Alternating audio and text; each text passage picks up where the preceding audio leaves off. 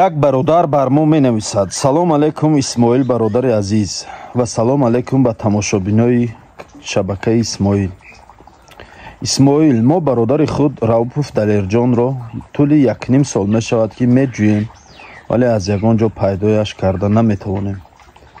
راوپوف دلیر در نزدیکی مترو کاتلنیکی در مغازه چیژیک دکان نان داشت و بگاه بعد از انجام رسیدن کار دکانش را محکم کرده به خانه آمدنی شد، ولی در راه به گفت شاهدان او را کارمندان فمس یا امان دستگیر میکنند. وقتانه میگیرم یا مشکلیش دیگه کانال در فروش موندگیم، شبکه یوتیوب در فروش موندگیم.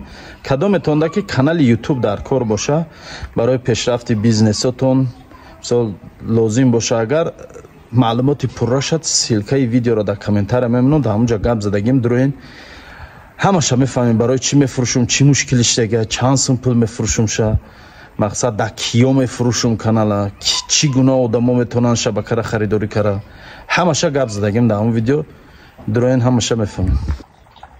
و بعد از همین او بینام نشان میگردد.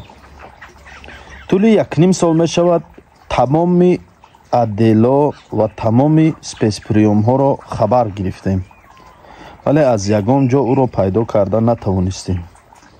التماس برادر رسمای راوپوف دلیر را روان میکنم در شبکه‌تان گذارید و از مردم خواهش کنید تا به یافتن برادرم کمک رسانند. برادرای عزیز، صورتهای امیر راوپوف دلیر در همینجا میمانم. این برادر من در مترو کاتلنیکی، نزدیکی مترو کاتلنیکی ده